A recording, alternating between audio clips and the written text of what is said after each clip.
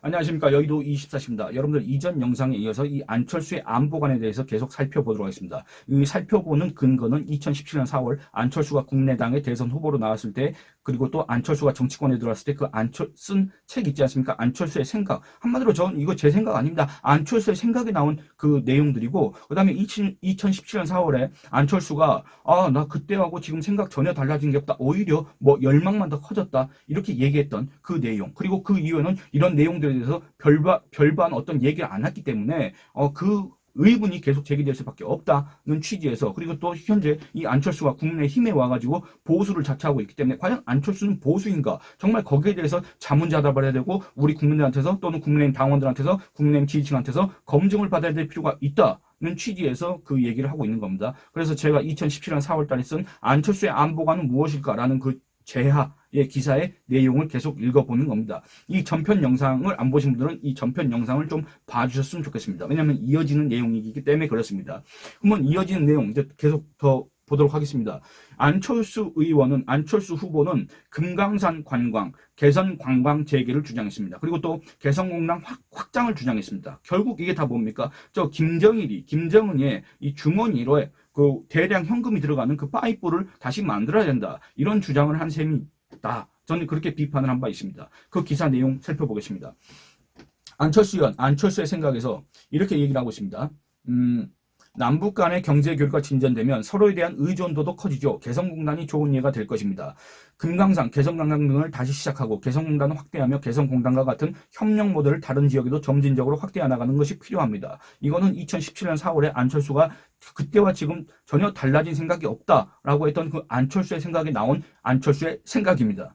금강산 개성관광은 앞서 밝힌 것처럼 북한군이 금강산 관광객 박왕자 씨를 조준 사살한 이후 중단됐다. 북한은 이에 대해 사과하지 않았다. 재발 방지 대책도 없었다. 원인 해소가 되지 않는 상황에서 안 후보는 금강산 개성관광을 재개해야 한다고 주장했다. 안 후보의 개성공단 관련 주장 역시 현실과 동떨어진 것이다. 북한은 2009년 3월 3회에 걸쳐 개성공단 통행을 차단했다. 남한 근로자를 억류하기도 했다. 이후에도 상습적으로 비현실적인 북한 근로자 임금과 토지 임대료 인상을 요구했다. 여러분들 그 이후에 벌어진 이 개성공단 폐쇄 과정까지 북한의 횡포 이런 것들 보셨지 않습니까? 북한이 도발을 할 때마다 북한이 개성공단 그 근로자들을 갖다가 거의 뭐 인질식으로 잡아놓고 그 다음에 그 인질이 어떻게 될까봐 우리는 전전긍긍하면서 노심초사하면서 제대로 된 대응도 못했던 거 우리가 다 기억하고 있지 않습니까?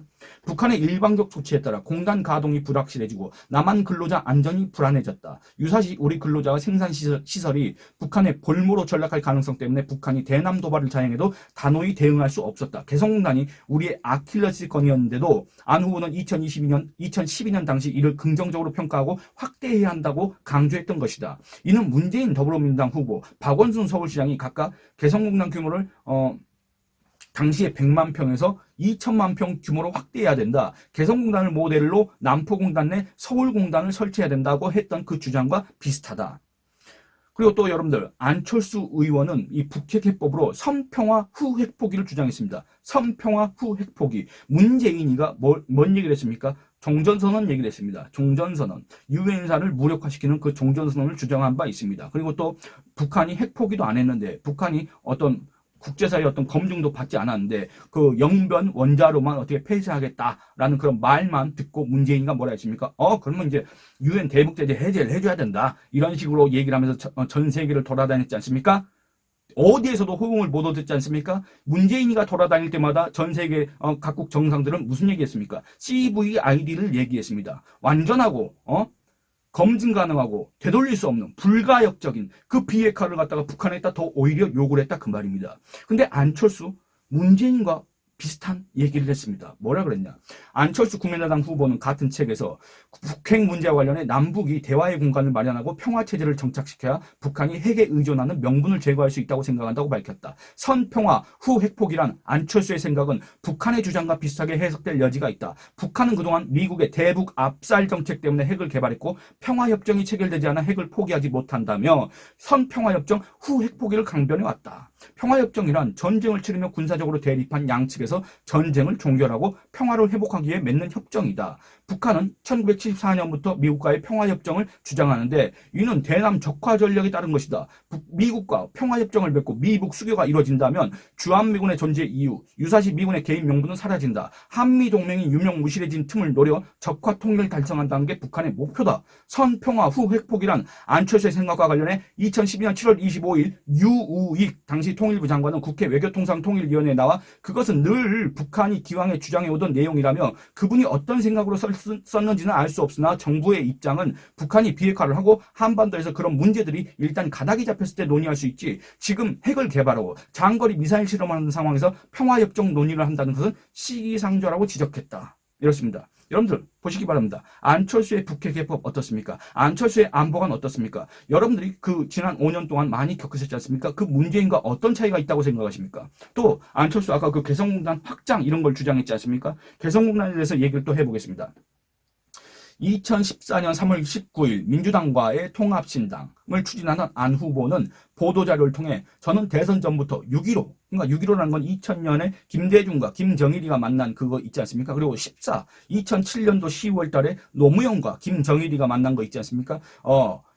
6.15와 14선언의 정신은 우리가 발전적으로 계승해야 할 소중할 가치로 누차 천명해 왔다고 강조했다. 2016년 2월 북한의 연이은 핵실험과 미사일 도발에 따라 우리 정부는 개성공단을 폐쇄하고 근로자들을 모두 철수시켰다. 국민의당은 새누리당이 북한의 핵실험 및 미사일 발사 등 연이은 도발의 원인으로 햇볕 정책의 실패를 꼽은 데 대해 강하게 반발했다. 국민의당 누굽니까? 안철수입니다. 당시 국민의당 대변인은 남북평화의 상징인 개성공단을 쪽방낸 한쪽의 당사자들이 그 책임을 이제 야당에 넘기고 햇볕 정책을 탓하는 것은 후한무치의 극치다 라고 이렇게 비난했습니다. 안 후보도 같은 달 18일 국회 비교섭단체 대표연설에서 정부가 급작스럽게 개성공단 가동 중단 조치를 취한 것은 전략적으로도 국익에 도움이 안 된다. 는 선택이라는 점을 지적하지 않을 수 없다. 개성공단이 문제의 근원이었던 것처럼 몰아가는 것은 무책임하다. 지금이라도 대통령은 국익과 국민의 관점에서 개성공단 문제를 다시 생각해야 한다고 주장했다. 안철수 국민의당 후보는 2016년 7월 10일 주한미군의 종말 고고도 미사일 방어체계 사드를 얘기하는 겁니다. 사드 배치에 대해 종합적으로 국익에 도움이 되지 않는다며 국민투표에 붙여 결정하는 것을 고려해야 한다고 주장했다. 그러니까 절차적인 문제를 앞세워서 무용론을 앞세워서 사드 배치에 반대를 했다 그 말입니다. 이 2016년 7월 달에 여러분들 국회의원회관에서 이 박지원이하고 천정배하고 이런 사람들과 같이 팻말을 들고서 사드 배치 철회 이런 걸 주장했던 사람이 바로 안철수다 그 말입니다. 계속 읽어보겠습니다. 여러분들 헌법은 대통령이 필요하다고 인정할 때는 외교, 국방, 통일, 기타 국가 안위에 관한 중요 정책을 국민투표에 붙일 수 있다고 규정하지만 주한미군의 사드 배치 문제는 국민투표 대상이 아닙니다. 사드 배치는 한미 상호 방위 조약에 따라서 미군이 동맹국인 우리나라의 자국 무기 체계를 들여오는 것일 뿐입니다. 같은 달 12일 안 후보는 국민의당 의원총회에서 사드 배치가 북한 핵 보유를 돕고 통일을 더 어렵게 한다. 경제적 어려움에 처할 것이라고 말했습니다. 이틀 뒤엔 사드 배치는 득보다 실이 더 크다고 생각한다며 미사일 요격 기회를 한 번도 얻는 대신에 북한의 비핵화 통일을 어렵게 만들고 경제적 타격도 예상되기 때문이라고 주장했다. 또 경북 성주 배치 시 수도권은 방어하지 못하게 얻는 것은 더욱 없게 된다면서 소위 사드 무용론을 제기했다. 이게 바로 여러분들 지금 국내임에서 보수 괴멸을 걱정하고 있는 안철수의 안보관, 안철수의 대북관이다 그 말입니다. 안철수의 이 안보 인식이다 그 말입니다. 같은 해 8월 15일엔 자신의 트위터에 사드 배치 논란과 관련해 이념 논쟁이 아니라 철저히 국익의 관점에서 봐야 한다며 얻는 것보다 잃는 것이 더 많다고 판단된다고 반대 입장을 거듭 밝혔다. 현재 안철수 후보의 안보 문제 관련 입장은 이전과 크게 달라졌다. 이게 바로 2017년 4월의 그 입장입니다. 그는 개성공단과 관련해 유엔 제재안 때문에 당장 재가동을 하기는 현실적으로 어렵다고 밝혔지만 유엔의 대북 제재는 최근에 새로 만들어진 게 아니다. 북한이 3차 핵실험 2014년 2월 달에 있었습니다. 북한이 3차 핵실험을 강행하자 유엔 안보리는 2013년 3월 북한의 대량 살상무기 관련 프로그램에 기여할 수 있는 뭉칫돈, 이른바 벌크 캐시의 대북 이전을 금지한 내용을 골자로 하는 대북 제재 결의안 2094호를 채택했다. 이에 따라 개성공단을 통해 북한에 흘러들어가는 연간 1억 달러에 달하는 자금 역시 핵무기를 비롯한 대량 살상무기 개발에 전용될 우려가 있으므로 제재 대상에 포함된다는 지적이 상당수 있었다. 안 후보는 유엔의 안보리에 추가 대북 제재 결의 2270호, 2321호를 내세워 입장 변화의 당위성, 이 대북제재 결의가 언제 있었냐면 2016년 3월, 2016년 11월 이렇게 있었습니다. 2016년 3월부터 2017년까지 대북제재 결의안이 연달아 5건이 채택됐습니다. 요거 때문에 김정은이가 죽으려고 그랬고, 요거를 문재인이 이거 완화 해제해야 된다고 주장을 했던 겁니다. 이에 따라 상당수 있었다. 안 후보는 이런 입장 변화의 당위성을 주장한 듯 하지만 그 전에 이미 개성공단 가동 중단의 논거가 되는 유엔 제재 결의안이 이미 있었다는 얘기다. 2013년 3월 달에 이미 유엔 안보리에서 벌크 캐시를 갖다 걱정하면서 대북 제재 결의안을 채택했다 그 말입니다. 근데 안철수는 여러분들 그 뒤에 어떤 생각이 바뀌었습니까? 안 바뀌었지 않습니까?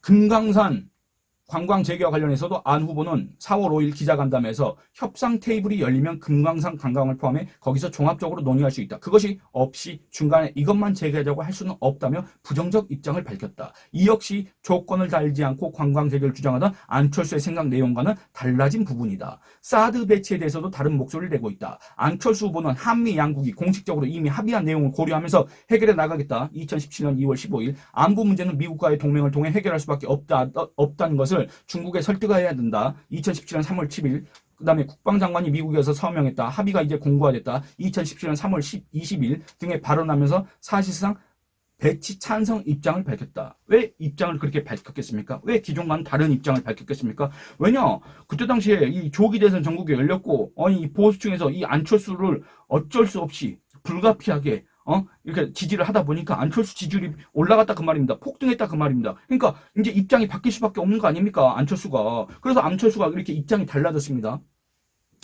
그리고 뭐라 했냐면 2017년 4월 6일 관음클럽 초청 대선 후보 토론회에서는 다음 대통령은 사드 배치를 제대로 해야 된다. 고 강경한 입장을 취했다. 안 후보는 입장이 바뀐 이유에 대해 상황 변화를 언급한다. 그는 2011년 미국 정부와 서로 합의하기 전과 후가 상황이 다르다. 상황이 변화했는데 입장이 안 바뀌는 게 오히려 이상한 것 아니냐라고 되물었다. 그러니까 미국 정부가 이미 합의를 했기 때문에 이거 되돌릴 수 없다. 그 전과 후의 상황은 너무나 다르지 않느냐라고 했습니다. 여러분들 이거 기억하셔야 됩니다. 상황 변화. 그가 내세운 합의란 지난해 10월 20일, 그러니까 2016년 10월 20일 미국에서 열린 제48차 한미 안보협의회에서 양국 국방부 장관이 작성한 공동 성명서를 말한다. 이는 이미 석 달 전인 2016년 7월 8일 한미 양국이 합의하고 발표한 걸 재확인한 것일 뿐 새로운 내용을 담고 있지는 않았다. 사드 배치와 관련해서 한미 양국의 국방부 장관이 합의서에 서명한 일도 없다. 안 후보가 내세우는 상황 변화는 애초부터 없었다는 얘기다. 그러니까 사드 배치 한다고 했을 때부터 이미 합의가 됐다 그 말입니다. 그런데 안철수는 이미 합의가 된 거에 대해서 국익 안 된다. 그거 실효성 없다. 무용론 제기하면서 사드 오히려 위험해진다. 사드 때문에 북한 비핵화는 더 멀어진다. 사드 때문에 우리 국민들은 더 위험해질 수밖에 없다. 미사일 한 번 더 막자고 사드를 배치하는 건 말이 안 된다라고 하기 전에 이미 한미 양국이 합의했습니다. 근데 안철수는 있지도 않은 상황 변화를 얘기하면서 그렇기 때문에 이제 절대적으로 제대로 해야 된다. 지금 이런 주장을 하고 있었던 겁니다. 2017년 4월 달에. 여러분들 어떻습니까? 이게 바로 안철수의 실체였습니다. 그 실체. 이렇게 자기의 어떤 생각들을 내놨던 안철수. 그리고 지금 현재 이 국민의힘 안에서 보수 괴멸을 걱정하고 있는 안철수는 과연 같은 사람이라고 할 수가 있겠습니까? 없겠습니까? 안철수는 지금 또 상황 변화라고 얘기를 하겠습니까? 안 하겠습니까? 안철수는 진짜 이제 안철수의 과거 자기가 밝혔던 안철수의 생각과 다른 생각을 갖고 있는 안철수입니까? 그거를 우리 국민들한테 정말 제대로 검증을 받아야 될 필요가 있다고 생각하는데 과연 그런 검증을 받을 기회가 안철수한테 주어질까? 거기에 대해서는 회의적이다. 이런 말씀을 드리면서 이 영상은 여기서 마치도록 하겠습니다. 그리고 이제 그 뒤에도 계속 나오긴 하지만 이제 대략적인 주요 내용은 제가 이 기사에 나온 내용을 다 말씀드렸기 때문에 이 안철수의 안보관, 안철수의 대북관 이런 걸 살펴볼 수 있는 그 영상은 여기서 마치도록 하겠습니다. 여러분들 좋아요 많이 눌러주시고 의견 많이 남겨주시고 채널 구독과 영상 시청을 권유해 주시길 부탁드리겠습니다. 감사합니다.